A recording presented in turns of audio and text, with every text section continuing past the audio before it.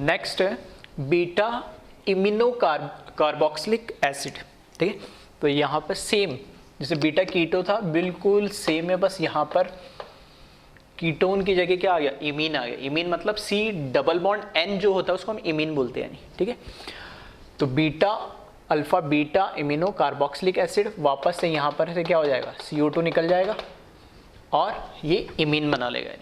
Mechanism as it is बिल्कुल same है जैसे हमने बीटा कीटो में लिया था, ठीक है। तो वही वैसा ही मैकेनिज्म है ये, BC यहाँ पर N, इस पे एक lone pair CS2 C double bond O और यहाँ पर H, जो इसके पास नाइट्रोजन पे लोन पेयर है, इस लोन पेयर से इस हाइड्रोजन को एक्सट्रैक्ट करेगा, ये लोन पेयर के ठीक है सिग्मा बॉन्ड लोन पेयर में कन्वर्ट हो जाएगा, वापस से 6 मेंबर, ठीक है, यहाँ पर 6 मेंबर साइक्लिक ट्रांजिशन स्टेट, ठीक है। MCTS मतलब 6 मेंबर साइक्लिक ट्रांजिशन स्टेट बनेगी यहाँ पर, और ये कन्वर्ट हो जाएगा RC डबल बॉन्ड NH, एक पहले से था, एक इसने और गेन कर लिया और पॉजिटिव चार्ज आ जाएगा। यहाँ पर CS2 C double bond O minus, बिल्कुल सेम मैकेनिज्म है, बस चेंज हो गया वहाँ पर ऑक्सीजन के नाइट्रोजन, इस तरीके से ये पाई बॉन्ड में कन्वर्ट होगा, वहाँ से ये बॉन्ड ब्रेक हो जाएगा और ये हो जाएगा RC double bond NH positive charge, CS2 negative charge और यहाँ से CO2 निकल जाएगा। नेक्स्ट स्टेप में इंट्रामोलिकुलर एसिड बेस रिएक्शन होगी, यहाँ से हाइड्रोजन H+ के फॉर्म में प्रोटॉन निकाल देगा, ये इस H को गेन कर लेगा, इंट्रामोलिकुलर एसिड बेस रिएक्शन, और ये फाइनली इमीन में कन्वर्ट हो जाएगा, ठीक है। तो सेम मैकेनिज्म है, बस वहाँ पर ऑक्सीजन था, यहाँ पर NH आ गया, ठीक है। तो बीटा कीटो हो या बीटा इमिनो हो, सेम मैकेनिज्म है, बस आपको इसी तरीके से चेक करना है, ठीक है। तो कॉपी कर ले इसको।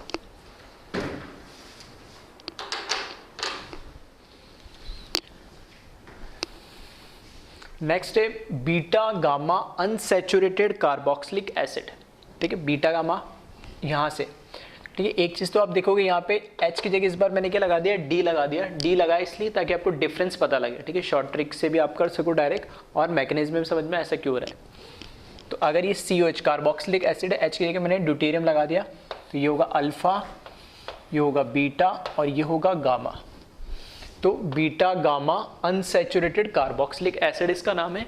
जब इसको हीट करोगे तो यहाँ पर क्या होगा, अल्फा और बीटा के बीच में, अल्फा और बीटा के बीच में जो डबल बॉन्ड बीटा गामा में था वो अल्फा बीटा में कन्वर्ट हो जाएगा और CO2 तो हर बार की तरह यहाँ से निकल जाएगा।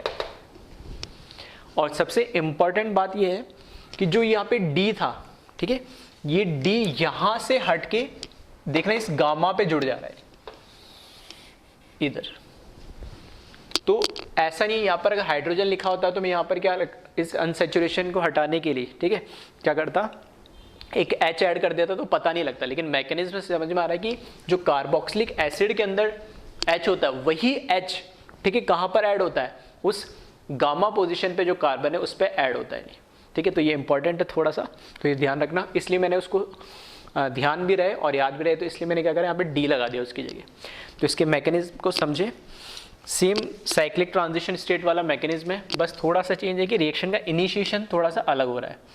तो अगर इसमें देखें CH3 CH double bond CH CS2 C double bond और यहाँ पे O और यहाँ पर D, ठीक है, इस तरीके से मैंने लिखा। अब पिछले केस में इमिनो और बीटा कीटो के केस में ऑक्सीजन और नाइट्रोजन के पास लोन पेयर था, ऐसा यहाँ पर कुछ नहीं है। तो यहाँ पे जो हमारे पास पाई बॉन्ड कॉन्जुगेटेड है ये इस तरीके से ब्रेक होता है, नहीं, और ऐसा ब्रेक होने से इसके ऊपर नेगेटिव चार्ज आ जाएगा, इस पर पॉजिटिव चार्ज आएगा और वो जो नेगेटिव चार्ज है वो इस D को एब्स्ट्रैक्ट कर लेता है, नहीं। तो नेक्स्ट स्टेप में देखोगे तो CH3 CH नेगेटिव चार्ज, यहाँ पे CH पे पॉजिटिव चार्ज, ठीक है। मतलब ऐसा नहीं होता है कि सेपरेट हो रहा हो बिल्कुल, ठीक है, बस समझाने के लिए मैं स्टेप लिख दे रहा हूँ। वैसे डायरेक्टली क्या करता है, चार्ज शिफ्ट होता है उस पर अटैक कर लेता है, ठीक है। तो आपको थोड़ा सा समझ में आए इसलिए मैं इस तरीके से लिख रहा हूँ। फिर CS2 C डबल बॉन्ड और O और यहाँ पर D।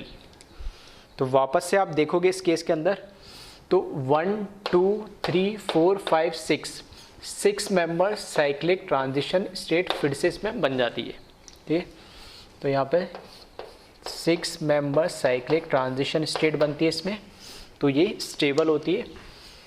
और यहाँ से CS3 CH के साथ D लग जाएगा, यहाँ पर CH के साथ प्लस है, यहाँ पर CS2 है, C डबल बॉन्ड और O पे नेगेटिव चार्ज है।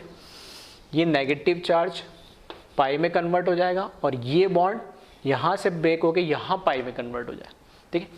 और नहीं समझ में आया तो एक स्टेप समझने के लिख सकते हो कि ये बॉन्ड ब्रेक होकर यहाँ पर नेगेटिव के फॉर्म में कन्वर्ट हो जाएगा जैसे हमने पहले करा था, और ये नेगेटिव पॉजिटिव, ठीक है, वापस से इसमें पाई में कन्वर्ट हो जाएगा। तो मैंने इसको इस तरीके से लिखा है, यानी तो यहाँ से आपको एक तो क्या है CO2 मिल जाएगा इधर ये, और ये बन जाएगा CS3, ये CH D इसके साथ लग गया है तो यहाँ D लगा दिया मैंने, और इन दोनों के बीच में क्या आ जाएगा CH pi bond CS2 plus, ठीक है। तो इस तरीके से जो बीटा गामा पे अनसैचुरेशन था वो कहाँ अल्फा बीटा पे चला जाएगा। और सबसे इंपॉर्टेंट इसके अंदर जो कार्बोक्सिलिक एसिड के साथ H या D है वही कहाँ गामा पोजीशन पे जो कार्बन है उसी से अटैच्ड होता है, ठीक है। तो इसको कॉपी करें एक बार।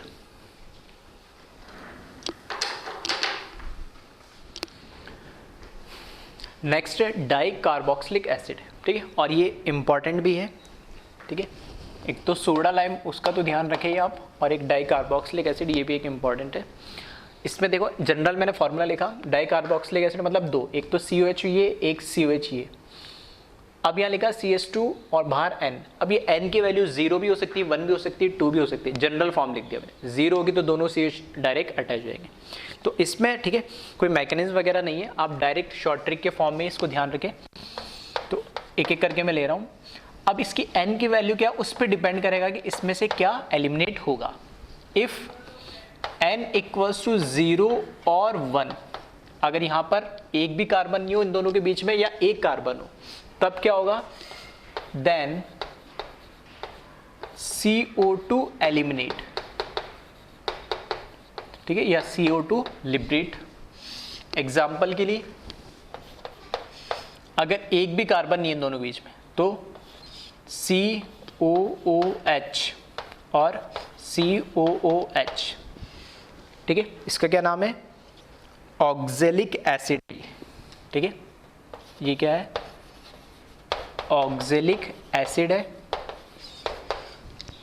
और इसको जब आप हीट करोगे तो यहां से सिर्फ एक CO2 निकलेगा, ठीक है, तो कहीं से भी निकाल दो आप, ये एक CO2 यहां से निकाला मैंने तो मेरे पास बच जाएगा CO2 प्लस HCOOH और ये बना लेगा, ठीक है, फॉर्मिक एसिड, ठीक है। सेकंड, अगर मेरे पास एक कार्बन आ जाए इन दोनों के बीच में तो इस तरीके से लिख रहा हूं मैं CS2 COOH और CS2 COOH, और इसको क्या कर दूं हीट कर दूं तो N की वैल्यू 0 हो या 1 हो दोनों के केस में निकलना क्या है CO2 ही निकलना है। तो यहाँ से भी या तो इधर से निकाल दो ऊपर से या इधर नीचे वाले से CO2 निकाल दो और ये बन जाएगा, और ये H डायरेक्ट इससे अटैच्ड हो जाएगा तो ये बन जाएगा CS3 COOH प्लस CO2, और ये इसको बोलते हैं मेलोनिक एसिड, ये है मेलोनिक एसिड और ये है एसिटिक एसिड, ठीक है। नेक्स्ट ठीक है, ये मैंने बात करी कब, n की वैल्यू 0 और 1 हो। इफ सेकेंड केस में इफ n इक्वल्स टू 2 और 3, ठीक है, n की वैल्यू 2 या 3 हो, देन इस केस में H2O एलिमिनेट। ठीक है, ठीक है, अभी तक हम देख रहे थे हर बार CO2 निकल रहा था, लेकिन इस केस में क्या निकलेगा, सिर्फ H2 निकलेगा, CO2 नहीं निकलेगा। यानी क्लियर है। तो ये चीज़ थोड़ी सी आप ध्यान रखना है इस केस में कि पहली बार H2 निकल रहा है इसको हीट करने पे। यानी तो फर्स्ट इसमें अगर मैं ले लेता हूँ, ठीक है, 2 कार्बन लेने इनके बीच में, तो इस तरीके से लिख रहा हूँ मैं CS2 COOH CS2 COOH। ठीक है, और इसको सिंप्लीफाइड लिखें हम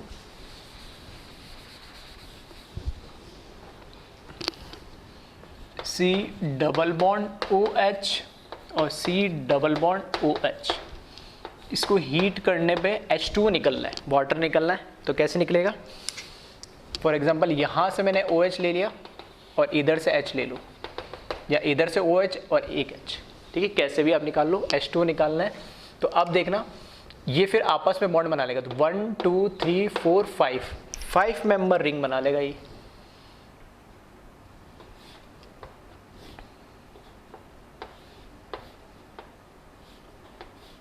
और यहाँ पे भी डबल बॉन्ड O और यहाँ पे भी डबल बॉन्ड O और प्लस H2।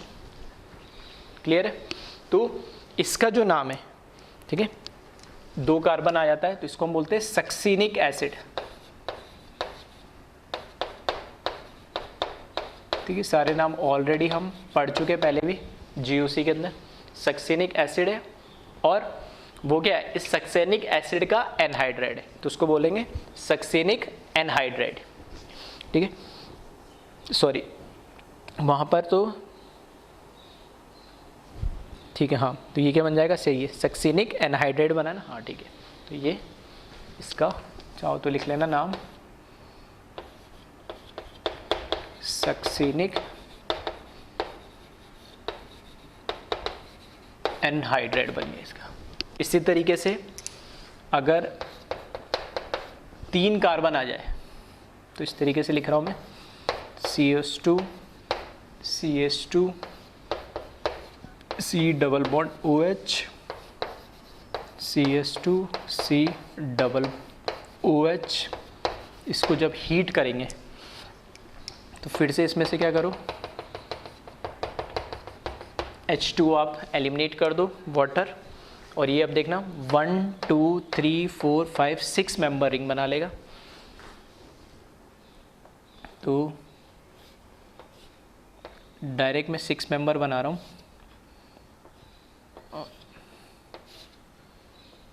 एक ऑक्सीजन हो जाएगा इसमें से, ठीक है, और ऑक्सीजन के दोनों पास वाले पे इस तरीके से डबल बॉन्ड आ जाएगा और ये H2। ठीक, तो इस केस में साइक्लिक कंपाउंड बनता है और 3 कार्बन इनके बीच में आता है। ठीक है, तो इनको बोलते हैं, इसका नाम है गुलाट्रिक एसिड।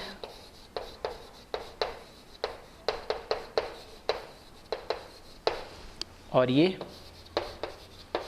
गुलाट्रिक एनहाइड्राइड।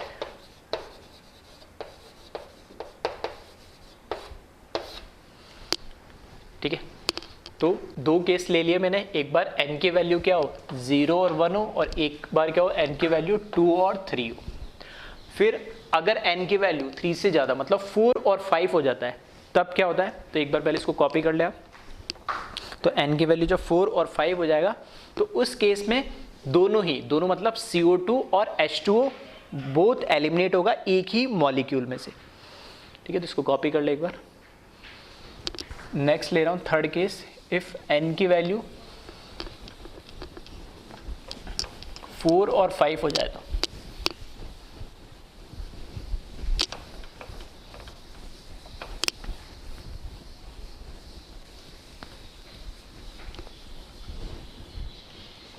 n की वैल्यू अगर 4 और 5 हो जाए देन बोथ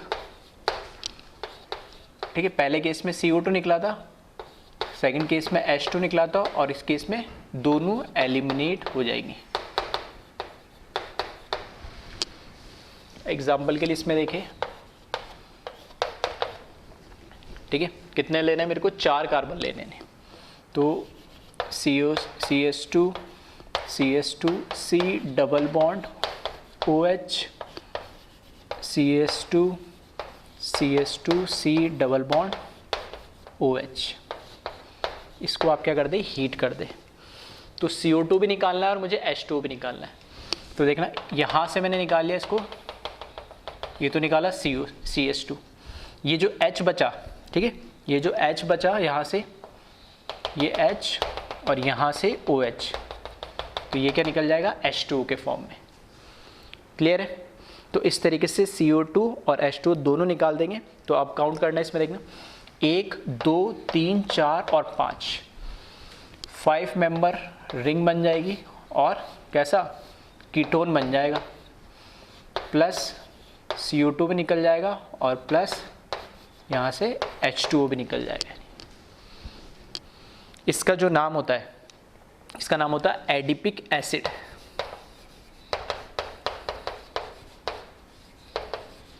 एडिपिक एसिड, और ये तो साइक्लोपेंटेनॉन है।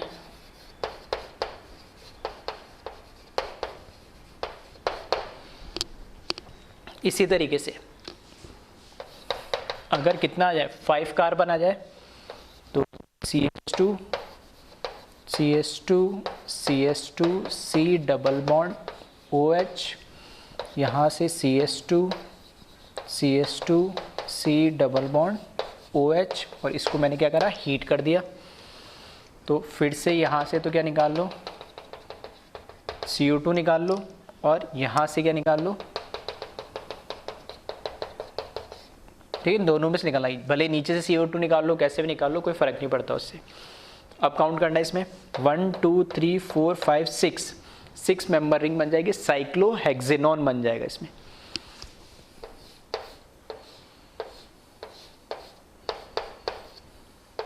प्लस H2O और प्लस CO2, और इसका जो नाम है, ठीक है, पिमेलिक एसिड बोलते हैं इसको, यानी पिमेलिक एसिड, और ये तो नॉर्मल साइक्लोहेक्सेनोन है, ठीक है, कीटोन बना लेते हैं। तो इस तरीके से ध्यान रखना है, 0 से लेके कहाँ तक आ जाए, अगर 5 तक आ जाए तो कॉम्बिनेशन सब ध्यान रह सकता है। 0 1 हो स्टार्टिंग में तो CO2 निकलेगा, ठीक है, 2 और 3 होगा तो H2 निकलेगा, और 4 और 5 हो जाएगा तो दोनों H2 और CO2 निकल जाएगा, ठीक है। तो इसको कॉपी कर लो, और फिर भी आपको ऐसे ध्यान रखने में, याद रखने में दिक्कत हो, ठीक है, वैसे तो मैंने सीक्वेंस में बताया, तो इसके लिए एक शॉर्ट ट्रिक बता देता हूँ, उससे भी ध्यान रख सकते हो। तो यहाँ देखिए आप,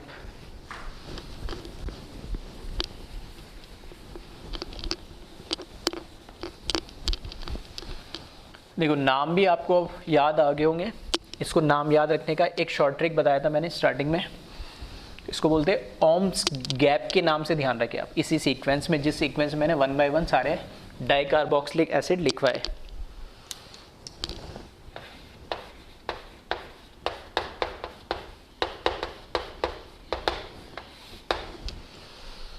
N की वैल्यू, ठीक है, यहाँ पे 0 1 2 3 4 और 5, इसकी बात कर रहा हूँ, ठीक है। ये फॉर्मूला इधर लिख लेना, HOOC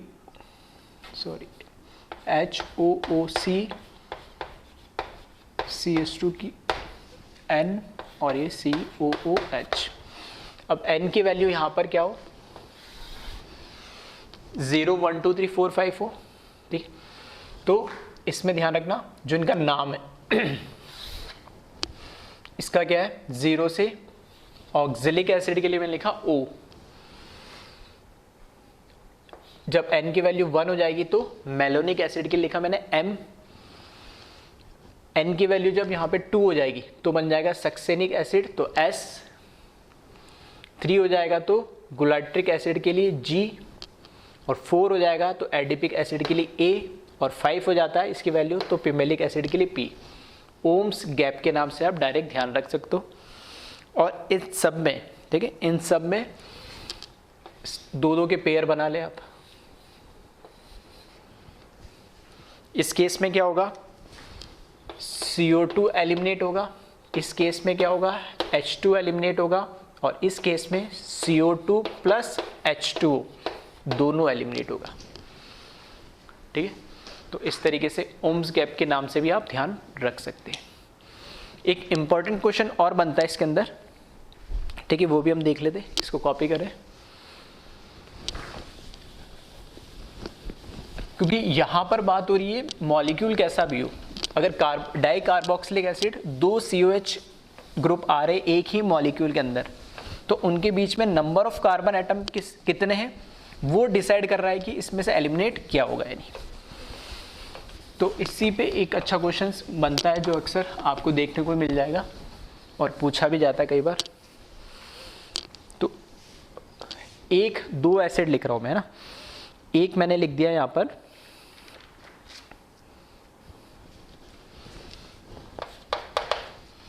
C double bond C, COOH, COOH, यहाँ पे हाइड्रोजन, यहाँ पे हाइड्रोजन, इसको मैंने हीट करा तो आप बताएं इसमें क्या प्रोडक्ट बनेगा।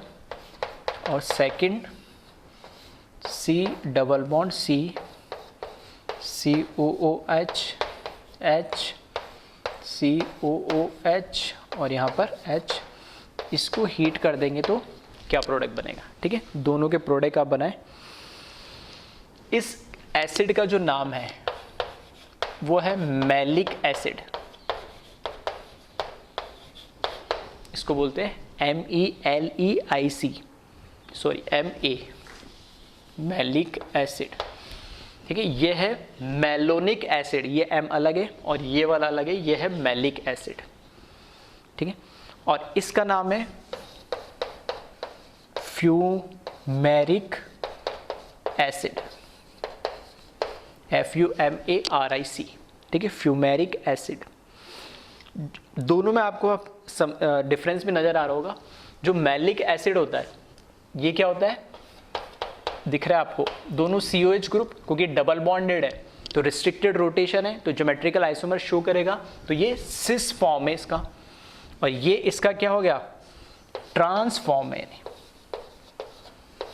तो दोनों का नाम अलग अलग दिया गया, ट्रांस फॉर्म को हम बोलते हैं फ्यूमेरिक एसिड कॉमन नेम, और सिस फॉर्म को हम बोलते हैं मैलिक एसिड। तो मैलिक एसिड में भी देखोगे तो यहाँ पे 1 और 2 दोनों COH के बीच में 2 कार्बन है, यहाँ पे भी 1 और 2 दोनों COH के बीच में 2 कार्बन है। तो जब 2 कार्बन होते COH के बीच में तो क्या निकलता है, वहाँ से H2O निकलता है। तो यहाँ से H2O निकलेगा इस तरीके से, सही है। तो यहाँ से इसमें क्या है, H2O निकल जाएगा और ये बना लेगा compound C double bond C, यहाँ से H लगा हुआ है, इससे H लगा हुआ है, फिर C double bond C double bond, और एक ऑक्सीजन रह जाएगा। ठीक है, ये एनहाइड्रेट बना लेगा इस तरीके से, प्लस H2।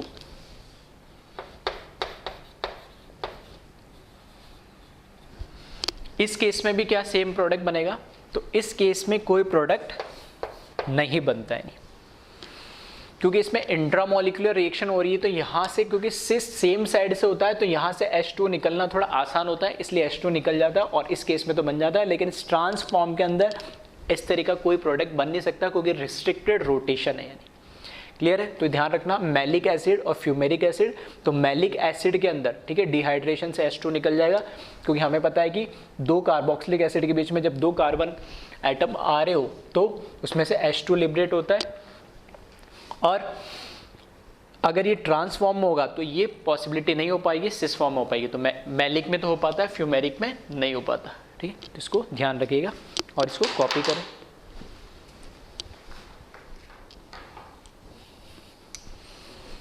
जिस तरह से डाई कार्बोक्सिलिक एसिड था उसी तरीके से आता है hydroxy carboxylic acid.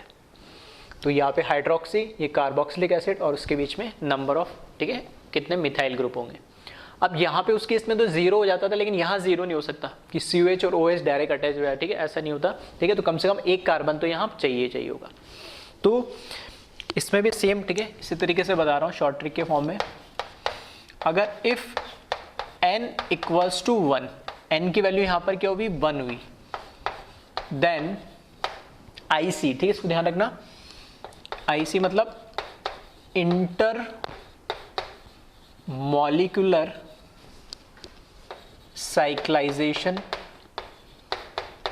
Takes place, intermolecular cyclisation by dehydration, मतलब वाटर निकलेगा यहां से, then intermolecular cyclisation by dehydration, ठीक है। IC होगा इसमें, वाटर तो निकलेगा, ठीक है। तो किस तरीके से, एक एग्जांपल देख लेते हैं इसमें। फॉर एग्जांपल अगर एक कार्बन है अभी, ठीक है, तो यहाँ मैंने लिखा CH2 C double bond OH और यहाँ पर OH। तो इंटर मॉलिक्यूल का क्या मतलब है, दो मॉलिक्यूल इंट्रा का मतलब होता है सेम, तो दो मॉलिक्यूल ऐसे कंबाइन होंगे। तो यहाँ पर HOC डबल बॉन्ड CH2, ठीक है, इसको ऐसे अपोजिट लिखना। एक मॉलिक्यूल का अगर कार्बोक्सिलिक ग्रुप आ रहा है तो दूसरे का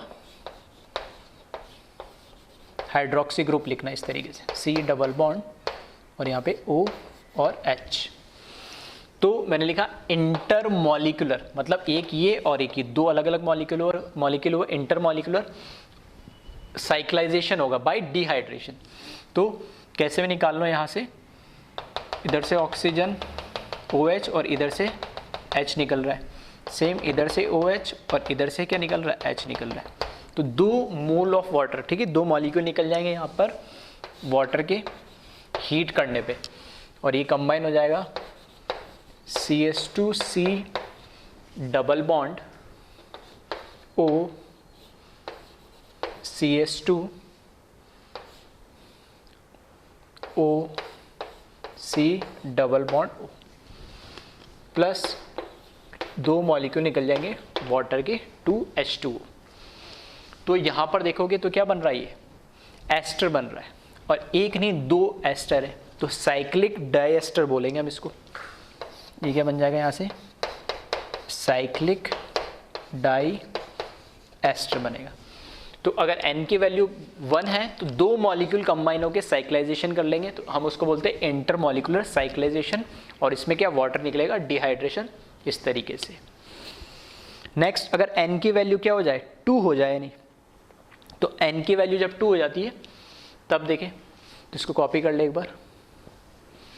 n की वैल्यू अगर 2 हुई यहाँ पर, ठीक है,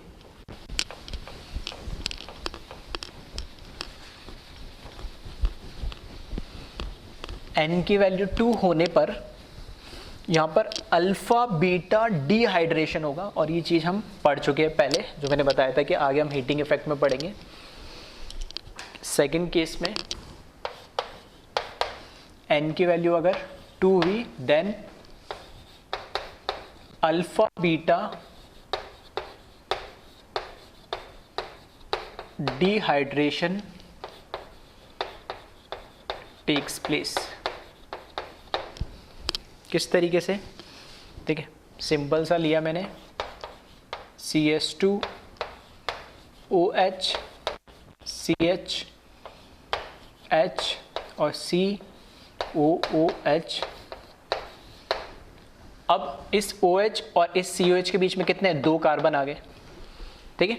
जब दो कार्बन आ जाएंगे तो यहां से अगर मैं इसको बोलता हूं अल्फा कार्बन और इसको क्या बोलता हूं मैं, beta carbon,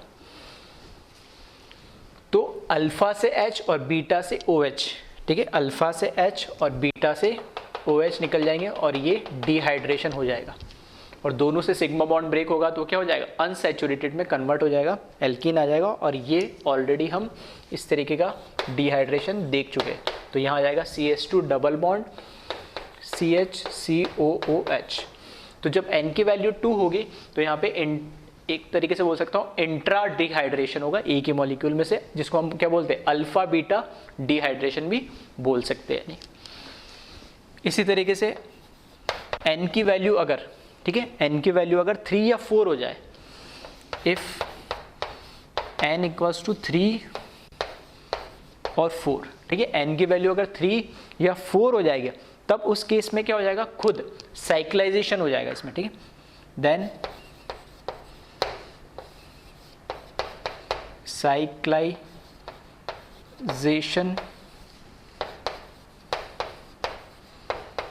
takes place by dehydration, ठीक है। तो डिहाइड्रेशन तो हर केस में होगा, वाटर इसमें हर केस में निकलेगा। यहाँ पर भी क्या होगा, ये H2 निकल जाएगा। अब एग्जाम्पल के लिए अगर 3 कार्बन आ जाए यहाँ पे, ठीक है, तो यहाँ देखिए 1 2 और 3 कार्बन आ गए, तब इस केस में क्या होगा, तो इसमें क्या करें सिंपली, देखिए यहाँ से जो हमारे पास हाइड्रोक्सी ग्रुप है, हाइड्रोक्सी ग्रुप का तो OH हो गया और एसिड का क्या हो गया, H हो गया, ये निकल जाएगा और साइक्लाइजेशन होगा, कितने मेंबर रिंग बनाएगा, यानी इसको मैं और सिंपली कैसे लिख सकता हूँ, ऐसे लिख सकते हैं। तो यहाँ से देखना 1 2 3 4 और 5 मेंबर रिंग बन जाएगी इस केस में, ठीक है। तो ये कन्वर्ट हो जाएगा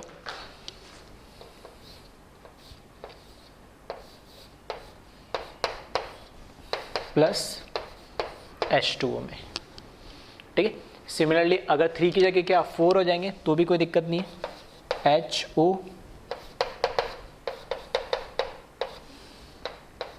CS2 CS2 CS2 CS2 और COOH,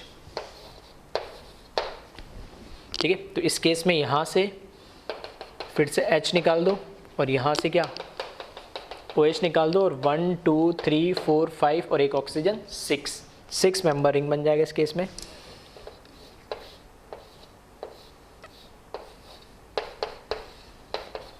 और ये इस तरीके से कन्वर्ट हो जाएगा। तो n की वैल्यू 1 होगी तो इंट्रा होगी, n की वैल्यू 2 होगी तो अल्फा बीटा होगा, और n की वैल्यू 3 या 4 हुई तब साइक्लाइजेशन हो जाएगा इसके अंदर, ठीक है। तो इसको कॉपी कर ले एक बार।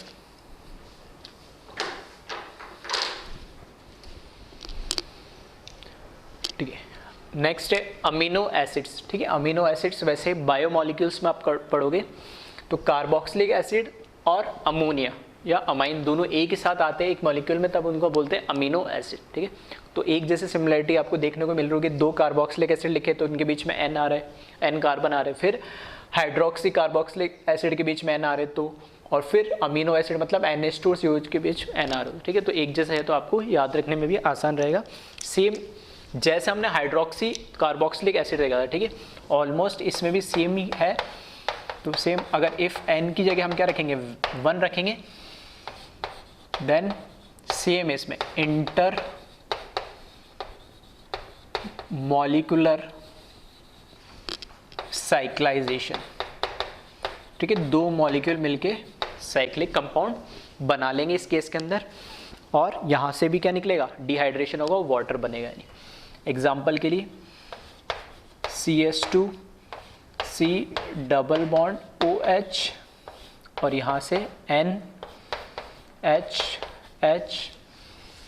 प्लस HNH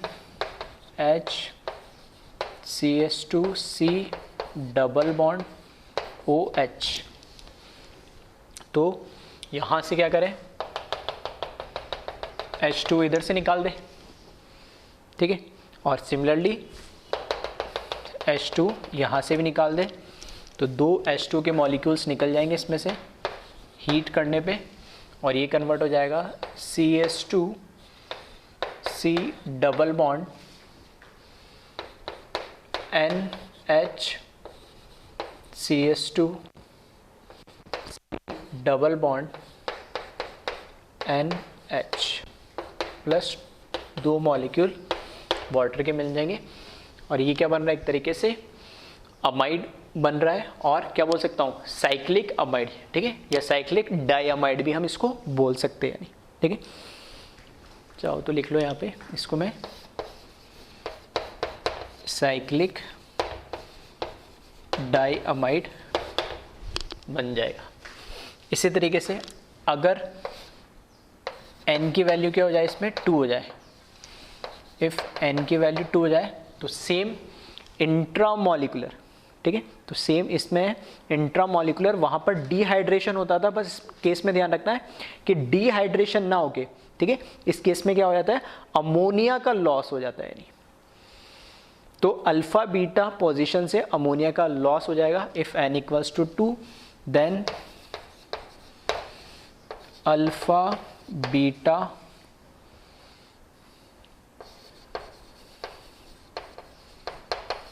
अमोनिया लॉस, इस तरीके से लिख रहा हूँ, ठीक है, या लिख लेना loss of ammonia at alpha beta position.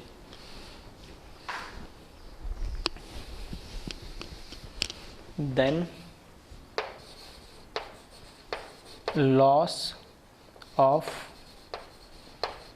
Ammonia, ठीक है, उससे बस यही अलग है, थोड़ा सा वहाँ वाटर निकलता था, loss of ammonia from alpha beta position.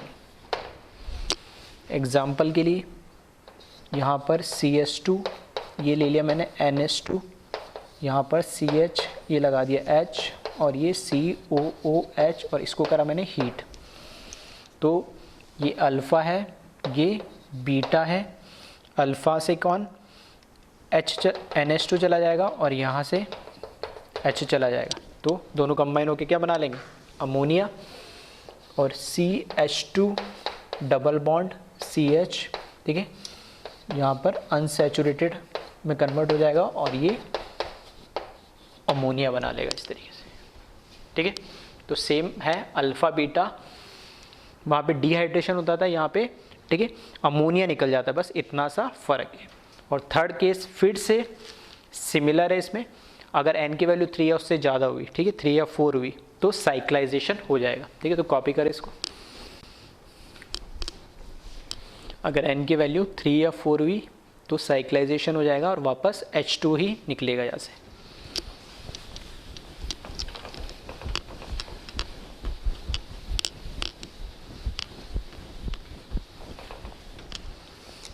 ठीक है, third, if n equals to 3 और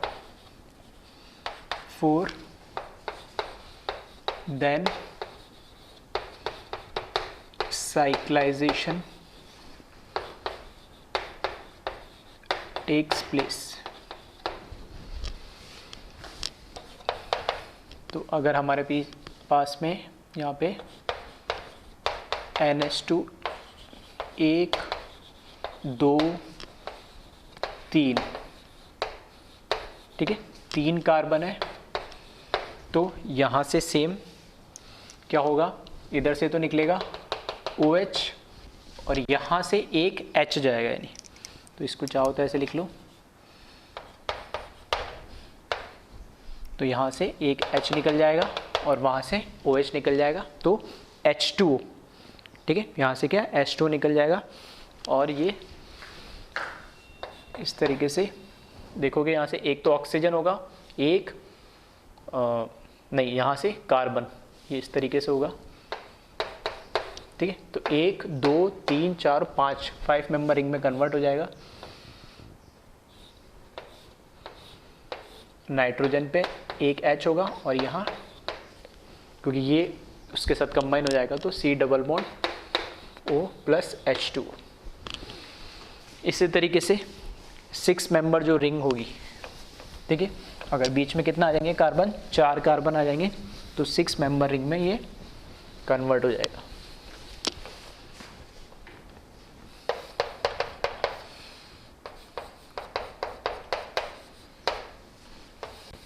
एक 2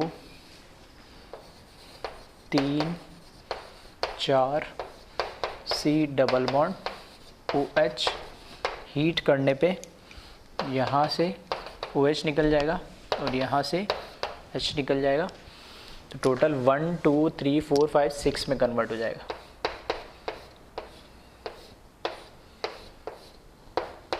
यहाँ पर H और इसके नियर बाय में,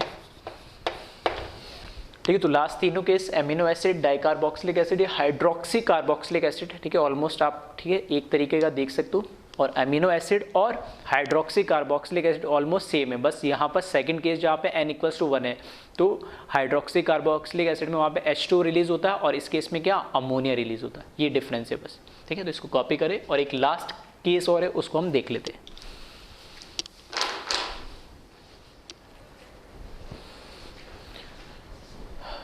ठीक है, नेक्स्ट देखिए इसमें calcium salt of carboxylic acid. तो कार्बोक्सिलिक एसिड का कैल्शियम, इवन मैग्नीज का भी सॉल्ट होता है तो भी बन जाता है, ठीक है। तो दोनों में देख लूंगा। तो सॉल्ट बना कैसे वो मैंने बताया, ठीक है। तो ये ऐसे इंपॉर्टेंट नहीं, कार्बोक्सिलिक एसिड की रिएक्शन कराओगे तो सिंपली आप ऐसे ध्यान रख सकते, ये इस पे नेगेटिव, इस पे पॉजिटिव, जहाँ कैल्शियम पे क्या +2 और यहाँ पे इस पे एक पे -1।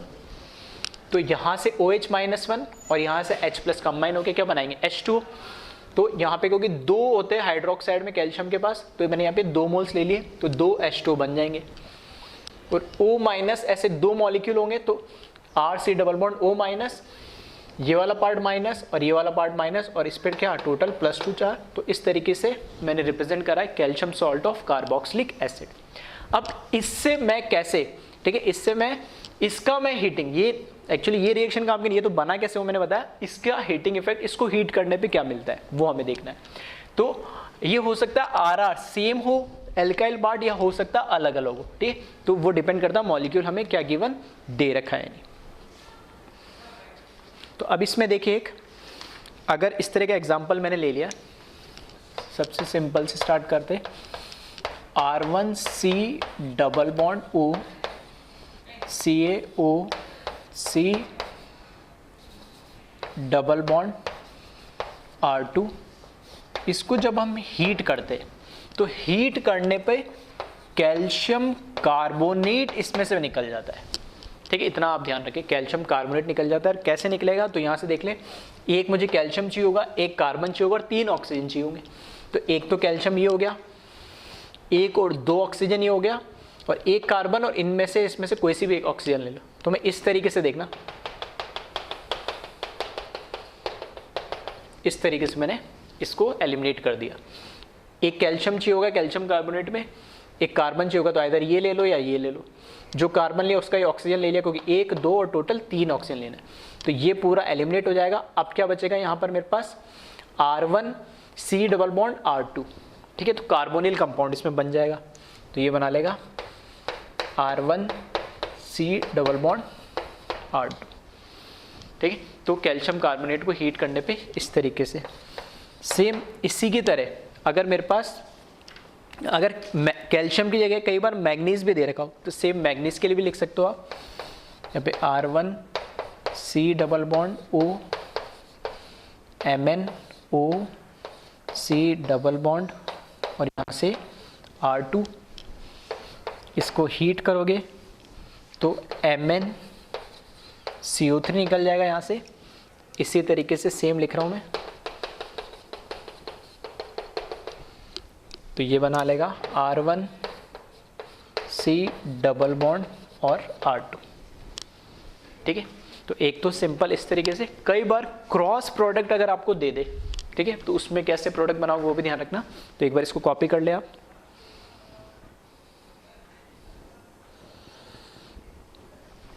तो इसमें देखना,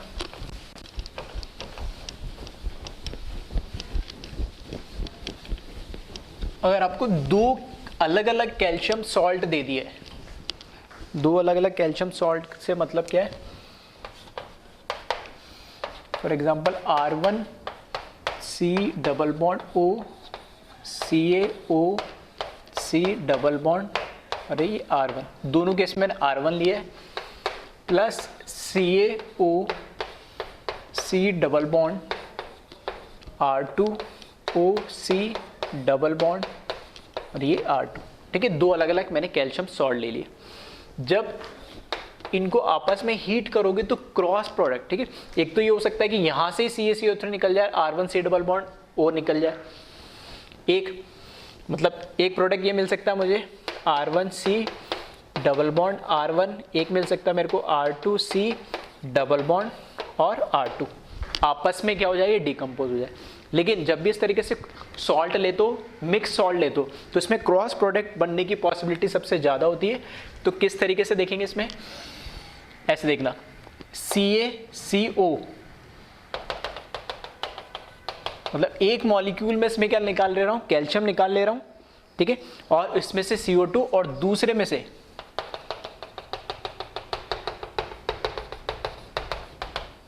ठीक है CaCOO और O, और दूसरा मॉलिक्यूल जो है उसमें से देखना यहां से ये C हो गया, यहां से CO हो गया